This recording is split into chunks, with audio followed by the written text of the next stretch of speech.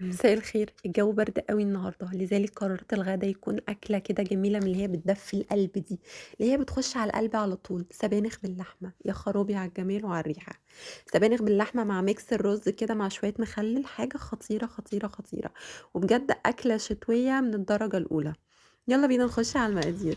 عندي حلة هحط فيها بصلاية كبيرة مفرومة ناعم، طبعا معلقتين من السمنة، هشوح البصل يدوب البصلايه بتاعتي تصفر. انا ما بخليش البصل يغمق. هنزل بمعلقه صغيره من الثوم اول ما اشم ريحه الثوم، وميكس كده الثوم مع البصل يا جماعه، واول ما الثوم تبدا تطلع ريحته بجد حاجه كده.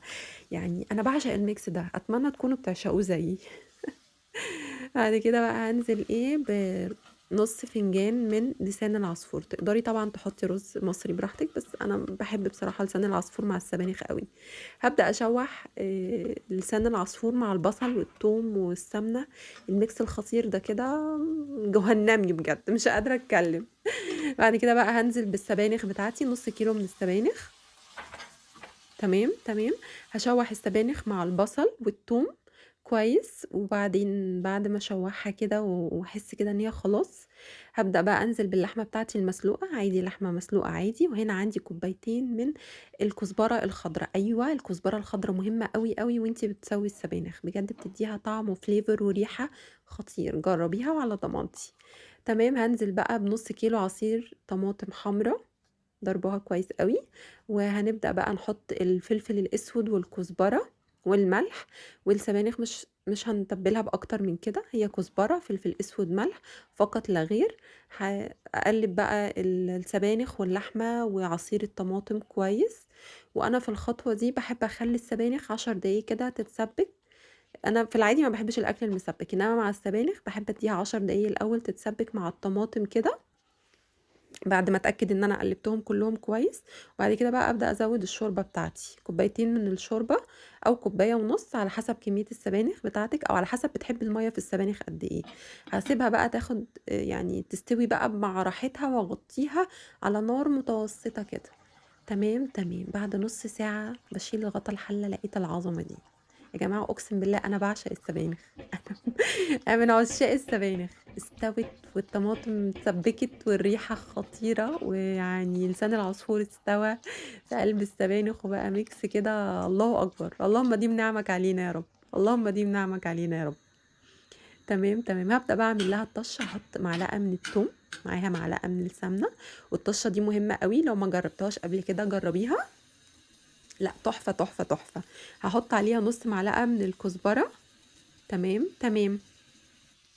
يعني وأول ما الكلام الجميل ده كله كده يبدأ يتحمر مع بعضه، خلاص هي السبانخ بتاعتي كانت خلاص استوت. تمام. انا طفيت عليها النار. هبدأ بعمل لها الطشة الجميلة اللي قدامكم دي.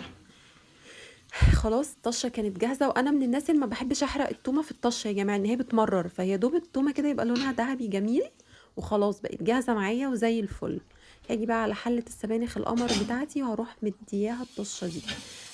حطي الطشة دي واديها تقليبة، واغرفي وكلي، بجد مش قادرة اوصفلك كم الدفى والسعادة اللي هتحسي بيه بعد أكل بعد الطبخة دي وبعد الأكلة دي تحديدا. خلاص خلاص، الريحة خطيرة، الطعم خطير، السبانخ أكلة جميلة ومفيدة جدا، صحية، تحفة بكل المقاييس. أتمنى لو ما بتحبيهاش وما بتاكليهاش جربيها بالطريقة دي، أنا واثقة إنها هتعجبك. طبعا مننساش جنبها الرز المصري الأصيل بالشعرية والسمنة البلدي، شوية مخلل كده بلدي حلوين، هي أصلا أكلة بلدي من الدرجة الأولى.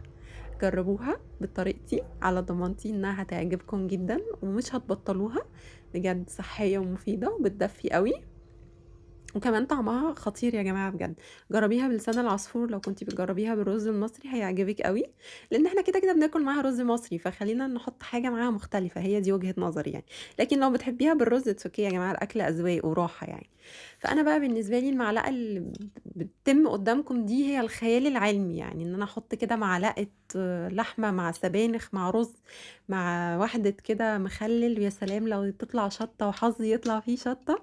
لأ، بالنسبة لي ده الميكس الرائع الخطير اللي لا يمكن لا يمكن أقارنه بأي أكلة تاني في الكوكب. أتمنى تجربوها. باي باي. ما تنسوش الفولو واللايك، وتقولوا لي رأيكم في الكومنتات.